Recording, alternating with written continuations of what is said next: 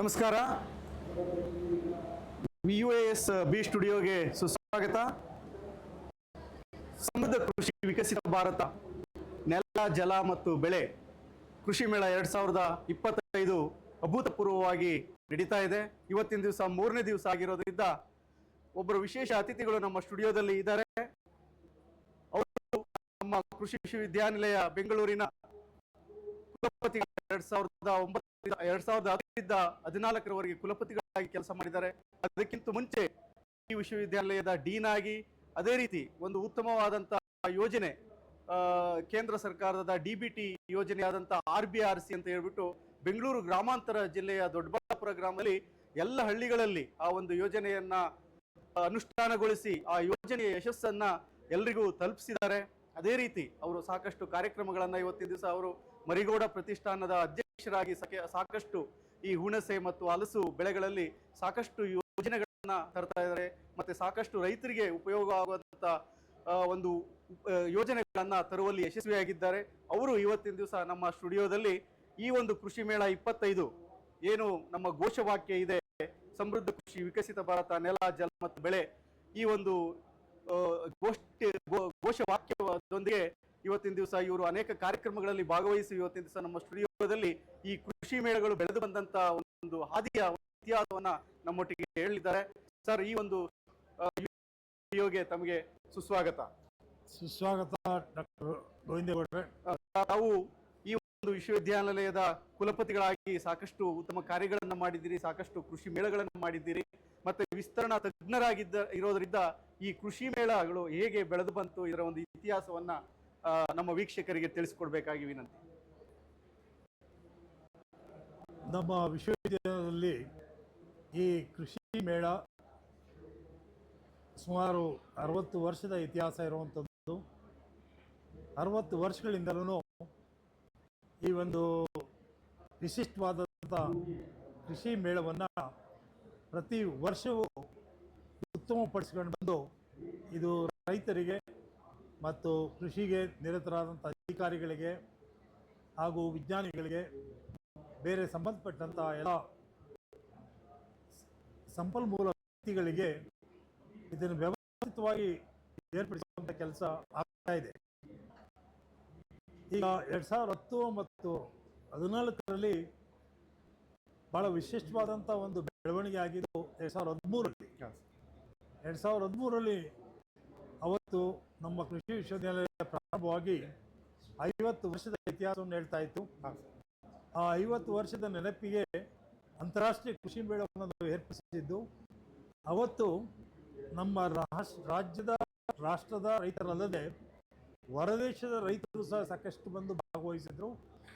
ಪ್ರಮುಖವಾಗಿ ಜಪಾನ್ ಅಂತ ಮುಂದುವರಿದ ರಾಷ್ಟ್ರದ ರೈತರು, ವಿಜ್ಞಾನಿಗಳು ಸಹ ಬಂದಿದ್ರು. ನಾನು ಯಾತಕ್ಕೋಸ್ಕರ ವಿಚಾರ ಹೇಳ್ತೀನಿ ಅಂದರೆ, ಬೇರೆ ಬೇರೆ ದೇಶದಿಂದ ಬಂದಾಗ ಅವರ ಅನಿಸಿಕೆಗಳು, ಅವರ ನಿಲುವುಗಳ ಬಗ್ಗೆ ಏನು ಹೇಳ್ತಾರೆ ಅನ್ನೋದು ನಮಗೆ ಒಂದು ದಿಕ್ಸೂಚಿ ಆಗ್ತಾ ಇತ್ತು. ನಾವು ಮುಂದೆ ಇನ್ನು ಎಷ್ಟು ಪರಿಣಾಮಕಾರಿ ಮಾಡಬೇಕು ಅನ್ನೋದ್ರ ಬಗ್ಗೆ ಸಾಕಷ್ಟು ಸಲಹೆ ಮಾರ್ಗದರ್ಶನಗಳು ಬರ್ತಾ ಇತ್ತು. ಹಾಗಾಗಿ ಆ ವರ್ಷ ನಮಗೆ ಇದು ನಮ್ಮ ವಿಶ್ವವಿದ್ಯಾಲಯದ ಒಂದು ದಾಖಲೆ ಅಂತ ಅಂದರೆ ತಪ್ಪಾಗಲಾರದು. 27 ಲಕ್ಷ 5 ದಿನದ ಕೃಷಿ ಮೇಳದಲ್ಲಿ ಭಾಗವಹಿಸಿ ಅನೇಕ ರೈತರು, ವಿಜ್ಞಾನಿಗಳು ಮತ್ತು ಹಲವು ಸಂಸ್ಥೆಗಳು ಇದರ ಸದ್ಬಳಕೆಯನ್ನು ಮಾಡಿಕೊಂಡ್ರು. ಹೊರದೇಶದ ರೈತರು ಸಹ ಇಲ್ಲಿ ಆದಂಥ ಕೆಲವು ಉಪಯುಕ್ತ ವಿಚಾರಗಳನ್ನು ತೆಗೆದುಕೊಂಡು ಹೋಗಿ ಅವರು ಅಳವಡಿಸಿಗೂ ಸಹ ಒಂದು ಪ್ರೇರೇಪಣೆ ಆಗಿದ್ದು ನಾವೆಲ್ಲರೂ ಹೆಮ್ಮೆ ಪಡುವಂಥದ್ದು. ಅದು ಮೊದಲ ಬಾರಿಗೆ ಇತಿಹಾಸದಲ್ಲಿ ಕೃಷಿ ವಿಶ್ವವಿದ್ಯಾಲಯದ ಇತಿಹಾಸದಲ್ಲಿ ಅಂತಾರಾಷ್ಟ್ರೀಯ ಕೃಷಿ ಮೇಳ ಆಗಿದ್ದು 2014ರಲ್ಲಿ, 2013ರಲ್ಲಿ ಮುಂದುವರಿದು 2014 ಆಗ್ಬೋದು, ಇವಾಗ 18 ಆಗ್ಬೋದು ಅಥವಾ 25 ಆಗ್ಬೋದು. ಪ್ರತಿ ವರ್ಷದೂ ನಮ್ಮ ಬಂದಂಥ ಎಲ್ಲ ಆಡಳಿತದವರು ಈ ಒಂದು ಕೃಷಿ ಮೇಳವನ್ನು ಅತ್ಯಂತ ಅರ್ಥಪೂರ್ಣವಾಗಿ ರೈತರಿಗೆ ಸ್ಪಂದಿಸೋ ರೀತಿಯಲ್ಲಿ ವ್ಯವಸ್ಥಿತವಾಗಿ ಮಾಡ್ತಾ ಇದ್ದಾರೆ. ಈ ವರ್ಷ ನಾನು 2 ಕಾರ್ಯಕ್ರಮಗಳು ಈಗಾಗಲೇ ಭಾಗವಹಿಸಿದೆ. ಮೊದಲನೇ ದಿನ ರೈತರಿಗೆ ಪ್ರಶಸ್ತಿ ಪ್ರದಾನ ಮಾಡುವಂಥದ್ದು, ಹಾಗೂ ಸಮಗ್ರ ಪ್ರಶಸ್ತಿ ಕೊಡುವಂಥ ಒಂದು ಕಾರ್ಯಕ್ರಮದಲ್ಲಿ ಭಾಗವಹಿಸ್ತಾ ಇದೆ. ನನಗೆ ಮತ್ತೊಂದು ಹೆಮ್ಮೆ ಕೊಡುವಂಥ ವಿಚಾರ ಅಂದರೆ 2011ರಲ್ಲಿ ನಾವು ಈ ಸಮಗ್ರ ಕೃಷಿಯನ್ನು ಮಾಡಿದಂಥ ತಳಮಟ್ಟದ ರೈತರಿಗೂ ಪ್ರಶಸ್ತಿ ಕೊಡಬೇಕು ಮಾಡಬೇಕು ಅಂತ ಒಂದು ನಿರ್ಧಾರ ತೆಗೆದುಕೊಂಡು ಅವತ್ತು ಪ್ರಾರಂಭ ಮಾಡಿದ್ದು. ತಳಮಟ್ಟ ಅಂದರೆ ತಾಲೂಕು ಮಟ್ಟಕ್ಕೆ. ಅದರಿಂದ ಇಂದಿನ ವರ್ಷಗಳಲ್ಲಿ ಜಿಲ್ಲಾ ಮಟ್ಟದ ರೈತ ಮತ್ತು ರೈತ ಮಹಿಳೆಗೆ ಕೊಡುವಂಥ ಒಂದು ಪ್ರವೃತ್ತಿ ಇತ್ತು.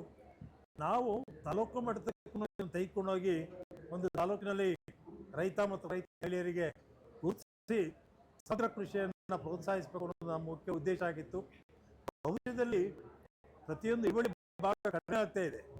ಆ ಕಡಿಮೆ ಇಳುವರಿಯನ್ನು ಕೃಷಿಯನ್ನು ಯಾವ ರೀತಿ ಲಾಭದಾಯಕವಾಗಿ ತೆಗೆದುಕೊಂಡು ಹೋಗ್ಬೋದು, ಸುಸ್ಥಿರವಾಗಿ ಅದನ್ನು ನಡೆಸ್ಕೊಂಡು ಇವತ್ತಿನ ಒಂದು ಏನು ಸಂದೇಶ ಇದೆಯೋ ವಿಕಸಿತ ಭಾರತದ ಚಿಂತನೆ, ನೆಲ ಜಲ ಬೆಳೆ ಈ ಮೂರನ್ನು ಸಮಗ್ರವಾಗಿ ಯಶಸ್ವಿಯಾಗಿ ಹೋಗ್ಬೇಕು ಅಂತ ಅಂದರೆ ಈ ಸಮಗ್ರ ಕೃಷಿ ಅತ್ಯಂತ ಪವಿತ್ರವಾದ್ದು. ಯಾಕೆಂದರೆ ಬರೀ ಬೆಳೆಗಳನ್ನು ಮಾತ್ರ ಅವಲಂಬಿಸಿದ್ರೆ ಮಳೆ ಪ್ರಕೃತಿ ಏರ್ಪೇರಾದಾಗ ರೈತನ ಜೀವನ ಬಹಳ ಕಷ್ಟ ಆಗುತ್ತೆ. ಅದೇ ಬೇರೆ ಬೇರೆ ಅದು ಮೀನುಗಾರಿಕೆ ಇರ್ಬೋದು, ರೇಷ್ಮೆ ಇರ್ಬೋದು, ಅರಣ್ಯ ಕೃಷಿ ಇರ್ಬೋದು, ಹಾಗೆ ಕುರಿ ಮೇಕೆ ಸಾಕಾಣಿಕೆ ಇರ್ಬೋದು, ಹೀಗೆ ತೋಟಗಾರಿಕೆ ಬೆಳೆಗಳು ಇರ್ಬೋದು. ಇವುಗಳನ್ನ ಬೆಳೆದಾಗ ರೈತನ ಆರ್ಥಿಕತೆ ಸ್ಥಿರತೆ ಮತ್ತು ಲಾಭದಾಯಕವಾಗಿ ಹೋಗ್ಲಿಕ್ಕೆ ಬಹಳ ಅನುಕೂಲ ಆಗುತ್ತೆ ಅಂತ ಹೇಳಿ ಅದು ಈ ಸಮಗ್ರ ಕೃಷಿ ಚೆನ್ನಾಗಿ ಮಾಡುವಂಥ ರೈತರಿಗೆ ಪ್ರೋತ್ಸಾಹಿಸಬೇಕು. ಅವರಿಂದ ಬೇರೆ ರೈತರಿಗೂ ಇದು ಪ್ರಸಾರವಾಗಬೇಕು, ಅವರ ಅನುಭವ ಅವರ ಒಂದು ಚಿಂತನೆಗಳು ಅಂತ ಹೇಳಿ ಆ ತಾಲೂಕು ಮಟ್ಟದ ಒಂದು ರೈತನು ಗುರುತಿಸಿ ರೈತ ಮಹಿಳೆ ಗುರುತಿಸಿ ಪ್ರಾರಂಭ ಮಾಡಿದಂಥದ್ದು ಇವಾಗಲೂ ಅದು ನಡೆಸ್ಕೊಂಡು ಬರ್ತಾ ಇದ್ದಾರೆ. ಮತ್ತು ನಾನು ಬಂದಾಗ ಒಂದು ಸಂದರ್ಭದಲ್ಲಿ ಅದನ್ನು ಸ್ಮರಿಸಿ ಎಲ್ಲ ಅಧಿಕಾರಿ ಮಿತ್ರರನ್ನ ನಾನು ಅಭಿನಂದಿಸ್ತೀನಿ. ಯಾಕೆಂದರೆ ಈ ಸಮಾಜದಲ್ಲಿ ಅತ್ಯಂತ ಶೋಷಣೆಗೊಳಗಾದ ವ್ಯಕ್ತಿ ಅಂದರೆ ರೈತ. ಅವನನ್ನು ಗುರುತಿಸಿ ಪ್ರೋತ್ಸಾಹಿಸಿ ಅವನಿಗೆ ಬೆಂತಟ್ಟುವಂಥ ಕೆಲಸ ಪ್ರತಿಯೊಬ್ಬರು ಮಾಡಬೇಕಾಗಿದೆ. ಅದು ವಿಶ್ವವಿದ್ಯಾಲಯಗಳು ಮಾಡಬೇಕು, ತದನಂತರ ಇಲಾಖೆಗಳು ಮಾಡಬೇಕು. ಅದೇ ರೀತಿ ಸಂಬಂಧಪಟ್ಟಂಥ ಇತರೆ ಸಂಸ್ಥೆಗಳು ಸಹ ಅವನಿಗೆ ಪ್ರೋತ್ಸಾಹದಾಯಕವಾಗಿ ಮಾಡಿದರೆ ಮಾತ್ರ ಮುಂದಿನ ದಿನಗಳಲ್ಲಿ ಈ ರೈತ ನೆಮ್ಮದಿಯಾಗಿ ಕೃಷಿಯಲ್ಲಿ ಮಾಡ್ಕೊಂಡು ಹೋಗಲಿಕ್ಕೆ ಸಾಧ್ಯ ಆಗುತ್ತೆ. ಇನ್ನು ಬಹಳ ಮುಖ್ಯವಾಗಿ ಎರಡು ಮುಂದಿನ ಬೆಳವಣಿಗೆಗಳು, ಒಂದು ಹೇಳಿದಾಗೆ ಸಮಗ್ರ, ಮತ್ತೊಂದು ಈ ಒಂದು ಮೌಲ್ಯವರ್ಧನೆ ಸಂಸ್ಕರಣೆ. ನಾನು ಹೀಗಾಗಿ ಹೇಳ್ತಾ ಇದ್ದೀನಿ, ಎರಡನೇ ನಮ್ಮ ಒಂದು ಹಸಿರು ಕ್ರಾಂತಿ ಅಂತ ಅಂದರೆ ಅದು ಈ ಒಂದು ಮೌಲ್ಯವರ್ಧನೆ ಸಂಸ್ಕರಣೆಯಿಂದ ಅಂತ. ಇವತ್ತು ರಾಷ್ಟ್ರದಲ್ಲಿ ಎಷ್ಟು ಪೋಲಾಗ್ತಾ ಇದೆ ಅಂತ 74-25 ಒಂದು ಅಂಕಿಅಂಶದ ಪ್ರಕಾರ ಪ್ರತಿ ವರ್ಷವೂ ಸುಮಾರು 95,500 ಕೋಟಿಯಷ್ಟು ಉತ್ಪಾದನೆ ಪೋಲಾಗ್ತಾ ಇದೆ. ಅದು ಕೊಯ್ಲಾದಂಥ ನಂತರ ಇರ್ಬೋದು, ಕೊಯ್ಲಾದ ಮೇಲೆ ಅದನ್ನು ನಾವು ಶೇಖರಣೆ ಮಾಡೋ ಅಂತ ಇರ್ಬೋದು, ಸಾಗಾಣಿಕೆ ಮಾಡುವಂಥ ಅಂತ ಇರ್ಬೋದು, ಮತ್ತು ಅದನ್ನು ಬಳಕೆ ಮಾಡೋ ವಿವಿಧ ಹಂತಗಳಿಗೆ ಪೋಲಾಗ್ತಾ ಇದೆ. ಅದನ್ನು ಸದ್ಬಳಕೆ ಮಾಡ್ಕೋಬೇಕು ಅಂದರೆ ಈ ಮೌಲ್ಯವರ್ಧನೆ ಸಂಸ್ಕರಣೆ ಅತ್ಯಂತ ಮುಖ್ಯವಾದ್ದು. ಇವತ್ತು ನಾನು ಸ್ಟಾಲ್ಗಳು ನೋಡ್ತಾ ಇದ್ದೆ, ಸಾಕಷ್ಟು ಹೆಚ್ಚು ಆದ್ಯತೆಯಿಂದ ಆ ಸ್ಟಾಲ್ಸ್ಗಳನ್ನ ಮೌಲ್ಯವರ್ಧನೆ ಸಂಸ್ಕರಣೆ ಮಾಡೋ ಸ್ಟಾಲ್ಸ್ಗಳನ್ನ ಭಾಳ ಚೆನ್ನಾಗಿ ಅರ್ಥಪೂರ್ಣವಾಗಿ ಆಯೋಜಿಸಿದ್ದಾರೆ. ಹಾಗಾಗಿ ಅದಕ್ಕೆ ಸಂಬಂಧಪಟ್ಟಂತೆ ಎಲ್ಲರೂ ನಾನು ಅಭಿನಂದಿಸ್ತೇನೆ. ಇನ್ನು ಮತ್ತೊಂದು ಸವಾಲು ನಮ್ಮ ರೈತರಿಗೆ ಎದುರಿಸೋದು ಅಂದರೆ ಈ ಕೃಷಿ ಆಳುಗಳ ಸಮಸ್ಯೆ. ದಿನನಿತ್ಯ ಇವತ್ತು ಕೂಲಿ ಆಳುಗಳ ಮುಂಚೆನೇ ದೊಡ್ಡ ಸವಾಲಾಗಿದೆ. ಇದಕ್ಕೆ ಪೂರಕವಾಗಿ ಕೃಷಿ ಯಂತ್ರಗಳು ಸಾಕಷ್ಟು ಹೊರಗಡೆ ಬರ್ತಾ ಇದೆ. ಆ ಒಬ್ಬ ರೈತನೇ ಒಂದು 10 ಆಳು ಮಾಡುವಂಥ ಕೆಲಸ ಒಬ್ಬ ಮಾಡುವಂಥ ಒಂದು ಒಳ್ಳೆ ತಂತ್ರಗಳು ಯಂತ್ರಗಳೆಲ್ಲ ಇವತ್ತು ಬಂದಿದ್ದಾವೆ. ಅವುಗಳನ್ನ ಸಾಕಷ್ಟು ಅಲ್ಲಿ ನಮ್ಮ ಈ ಒಂದು ಸ್ಟಾಲ್ಸ್ಗಳಲ್ಲಿ ಎಲ್ಲ ಮಡಗಿದ್ದಾರೆ. ಅದು ರೈತರಿಗೆ ಭಾಳ ಅನುಕೂಲ ಆಗುತ್ತೆ. ಅವರವ್ರಿಗೆ ತಕ್ಕಂತೆ, ಅವರ ಜಮೀನು ಇಳುವರಿ ತಕ್ಕಂತೆ, ಅವರ ಅವಶ್ಯಕತೆ ತಕ್ಕಂತೆ ಆ ಯಂತ್ರಗಳನ್ನ ಬಳಸೋದು ತೆಗೆದುಕೊಳ್ಳೋದು ಭಾಳ ಅನುಕೂಲ ಆಗುತ್ತೆ. ಇವತ್ತು ಸರ್ಕಾರನೂ ಅವಕ್ಕೆ ಸಬ್ಸಿಡಿನೂ ಕೊಡ್ತಾ ಇದ್ದಾರೆ ಸಾಕಷ್ಟು. ಅದನ್ನು ಸದ್ಬಳಕೆ ಮಾಡ್ಕೊಂಡು ಆ ಮೆಷಿನರಿ ಇಟ್ಕೊಂಡ್ರೆ 60 ಕೆಲಸಗಳು ಸುಲಭವಾಗಿ ರೈತರು ಮಾಡಲಿಕ್ಕೆ ಸಾಧ್ಯವಾಗುತ್ತೆ. ಇದು ಬಹಳ ಮುಖ್ಯವಾದದ್ದು. ಮತ್ತೊಂದು ಈ ರೈತರಿಗೆ ಪೂರಕವಾದಂಥದ್ದು ಈ ಆಹಾರದಲ್ಲಿ ನಮ್ಮ ಬೇರೆ ಬೇರೆ ಏನು ನ್ಯೂಟ್ರಿ ಫುಡ್ ಅಂತ ಹೇಳ್ತೀವಿ, ಅವುಗಳ ವಿಚಾರಗಳು ರೈತರು ಜನರು ಮತ್ತು ಪಟ್ಟಣವಾಸಿಗಳು ಬೆಳೆಸ್ಕೊಳ್ಳುವಂಥದ್ದು ಭಾಳ ಮುಖ್ಯ. ಆರೋಗ್ಯಕರಂತ ಜನಗಳಿದ್ರೆ ಮಾತ್ರ ಒಂದು ಒಳ್ಳೆಯ ಸಮಾಜನ ಕಟ್ಟಕ್ಕೆ ಸಾಧ್ಯ. ಅದಕ್ಕೆ ಪೂರಕವಾದಂಥ ಉತ್ಪನ್ನಗಳನ್ನು ಬಳಸುವಂಥದ್ರ ಬಗ್ಗೆನೂ ನಾವು ಇವತ್ತು ಒಂದು ಕೃಷಿ ಮೇಳದಲ್ಲಿ ನೋಡ್ತಾ ಇದ್ದೀವಿ. ಮತ್ತೊಂದು ವಿಚಾರ ನಾನು ಈ ಸಂದರ್ಭದಲ್ಲಿ ಹೇಳಬೇಕು ಅಂತ ಅಂದ್ರೆ ಈ ಹುಣಸೆ ಬೆಳೆ ಏನಾಗಿದೆ ನಮ್ಮ ರಾಜ್ಯದಲ್ಲಿ ಅಷ್ಟೇ ಅಲ್ಲ, ರಾಷ್ಟ್ರದ ಉದ್ದಕ್ಕೂ ಅಷ್ಟೇ ಬೆಳೀತಾ ಇರುವಂಥದ್ದು. ಆದ್ರೆ ಒಂದ್ ಕಡೆ ರೈತರು ಯಾವ ಮಟ್ಟಕ್ಕೆ 1-2 ವರ್ಷದಿಂದ ಬೇಸತ್ತಿದ್ರು ಅಂತ ಅಂದ್ರೆ ಈ ಹುಣಸೆ ಉಳಿಸಕ್ಕಾಗಿಲ್ಲ, ಅದು ಹಾಲು ಸಿಗ್ತಾ ಇಲ್ಲ, ಮಾರುಕಟ್ಟೆ ದೊರೀತಾ ಇಲ್ಲ, ಕರೆದಾಕ್ಬಿಡ್ತೀವಿ ಅಷ್ಟು ಬೇಸತ್ತಿದ್ದು. ಅದಕ್ಕೆ ನಾವು ಅದಕ್ಕೆ ಒಂದು ಶಾಶ್ವತ ಉತ್ತರ ಕೊಡಬೇಕು ಅಲ್ಲಿ ನಮ್ಮ ಡಾಕ್ಟರ್ ಎಂ ಎಸ್ ಮಧುರಾವ್ ಫೌಂಡೇಶನ್ನ ವ್ಯವಸ್ಥೆಯಲ್ಲಿ ಎಲ್ಲ ಸಂಬಂಧಪಟ್ಟಂತ ವಿಶ್ವವಿದ್ಯಾಲಯಗಳು, ಸಂಬಂಧಪಟ್ಟಂತ ಇಲಾಖೆಗಳು ಅವರೆಲ್ಲ ಒಟ್ಟುಗೂಡಿಸಿ ಮತ್ತೆ ರಾಜ್ಯದ ಬೇರೆ ಬೇರೆ ಸರ್ಕಾರಿ ನೇರವಾದ ಇಲಾಖೆಗಳು ಇರ್ಬೋದು, ಕಪೆಕ್ ಇರ್ಬೋದು, ಇವರೆಲ್ಲ ಕ್ರೋಢೀಕರಿಸಿ ಆ ಮೌಲ್ಯವರ್ಧನೆ ಸಂಸ್ಕರಣೆ ಮಾಡಿ ನಮ್ಮ ಒಳಾಂತರದ ಅವಶ್ಯಕತೆ ಜೊತೆಗೆ ಹೊರದೇಶದ ಅವಶ್ಯಕತೆಯನ್ನು ಸಾಕಷ್ಟಿರೋದ್ರಿಂದ ಆ ಒಂದು ಮಾರುಕಟ್ಟೆ ಮಾಡೋ ವ್ಯವಸ್ಥೆಯನ್ನು ಪ್ರಾರಂಭದ ಕೊನೆ ತನಕ ಏನು ಮಾಡ್ಬೋದು ಅಂತೇಳಿ ಅದೊಂದು ಸಂದೇಶ ಕೊಡ್ತಾ ಇದ್ದೀವಿ. ಅದು ಹೇಳಿ ಕೇಳಿ ಸಾವಯವ ಮೂಲದ್ದು ಹುಣಸೆ ಇರ್ಬೋದು, ಹಲಸಿರ್ಬೋದು, ಹಾಗೆ ಜಾಮೂನು, ಇವುಗಳನ್ನ ಬಳಕೆಯ ವಿಚಾರದಲ್ಲಿ ನ್ಯೂಟ್ರಿ ಫುಡ್ಸ್ ಅಂತ ಹೇಳ್ತೀವಿ, ಇವುಗಳಿಗೆ ಹೆಚ್ಚು ಆದ್ಯತೆ ಕೊಡಬೇಕು ಅಂತ ನಮ್ಮೆಲ್ಲರ ಒಂದು ಮುಖ್ಯ ಗುರಿಯಾಗಿದೆ.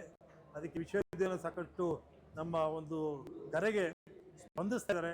ಭವಿಷ್ಯದಲ್ಲಿ ಈ ಬೆಳೆ ಬೆಳೆಯುವಂಥ ರೈತರಿಗೆಲ್ಲ ನಾವು ಒಂದು ಒಳ್ಳೆ ಲಾಭದಾಯಕ ಬೆಳೆ ಮಾಡಿಕೊಡುವಂಥ ಕೆಲಸಕ್ಕೆ ಕೈ ಹಾಕಿದ್ದೀವಿ.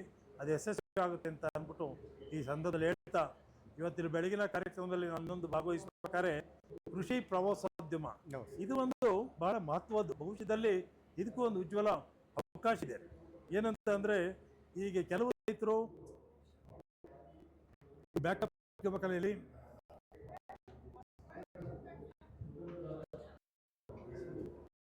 ಏನ್ರಿ ಸಹಿತಾ ನೀವೆಲ್ಲ ಬ್ಯಾಕಪ್ ಅರೇಂಜ್ಮೆಂಟ್ ಮಾಡ್ಕೊಳಕ್ಕಿಲ್ವೇನ್ರಿ?